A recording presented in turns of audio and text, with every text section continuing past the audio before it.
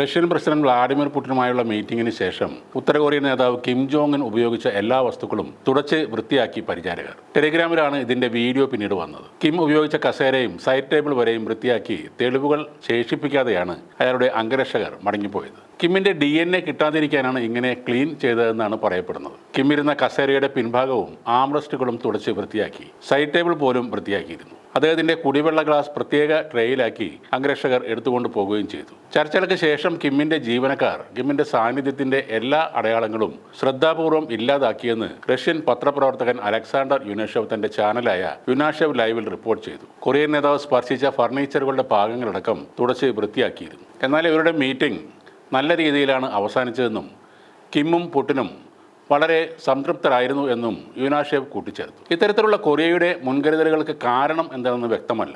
എന്നാൽ റഷ്യയുടെ സുരക്ഷാ സേവനങ്ങളെക്കുറിച്ചുള്ള ഭയമോ അല്ലെങ്കിൽ ചൈനയുടെ നിരീക്ഷണത്തെക്കുറിച്ചുള്ള ആശങ്കയോ ആകാം ഇതിന് കാരണമെന്ന് വിശകലന വിദഗ്ധർ പറയുന്നു. ഇതേപോലെ DNA കണ്ടെടുക്കുന്നത് തടയാൻ പുടിൻ തന്നെ അസാധാരണമായ പല കാര്യങ്ങളും ചെയ്യാറുണ്ട്. വിദേശത്ത് യാത്ര നടത്തുമ്പോഴെല്ലാം അദ്ദേഹത്തിന്റെ മൂത്രവും മലവും സീൽ ചെയ്ത ബാഗുകളിൽ ശേഖരിക്കാൻ അംഗരക്ഷകരെ നിയോഗിക്കാറുണ്ടെന്നാണ് റിപ്പോർട്ടുകൾ പറയുന്നത്. കഴിഞ്ഞ തവണ അലാസ്കയിൽ വെച്ച് ഡൊണാൾഡ് ട്രംപുമായുള്ള പുടിന്റെ കൂടിക്കാഴ്ചയിലും റഷ്യൻ സുരക്ഷാ ഉദ്യോഗസ്ഥർ പ്രസിഡന്റിന്റെ മാലിന്യങ്ങൾ സൂട്ട് കേസുകൾ മോസ്കോയിലേക്ക് തിരികെ കൊണ്ടുപോയിരുന്നതായാണ് റിപ്പോർട്ട്. പുടിന്റെ ഈ വിചിത്ര പരിപാടികൾക്ക് പിന്നാലെയാണ് കിമ്മിന്റെ അസാധാരണ സുരക്ഷാ പ്രവർത്തികൾ വാർത്തയിൽ നിറയുന്നത്. ചർച്ചകളിൽ കിം മോസ്കോയോട് പൂർണ്ണ ഐക്യദാർഢ്യം പ്രഖ്യാപിച്ചു. നിങ്ങൾക്കും റഷ്യൻ ജനതയ്ക്കും വേണ്ടി എനിക്ക് ചെയ്യാൻ കഴിയുന്നതോ ചെയ്യേണ്ടതോ ആയ എന്തെങ്കിലും ഉണ്ടെങ്കിൽ അത് എൻ്റെ കടമയായി ഞാൻ കരുതുന്നു എന്ന് അദ്ദേഹം പറഞ്ഞു. ഉക്രൈനുമായി യുദ്ധം ചെയ്യാൻ സൈന്യത്തെ അയച്ചതിന് പുടിൻ അദ്ദേഹത്തോട് നന്ദിയും പറഞ്ഞു. ബീജിംഗിൽ നടന്ന സൈനിക പരേഡിന് ശേഷമാണ് ഉത്തര കൊറിയൻ റഷ്യൻ നേതാക്കൾ തമ്മിൽ ചർച്ചകൾ നടത്തിയത്. അതിന് തൊട്ടു പിന്നാലെയാണ് അസാധാരണമായ ഈ ക്ലീനിംഗ് കാഴ്ച അരങ്ങേറിയത്.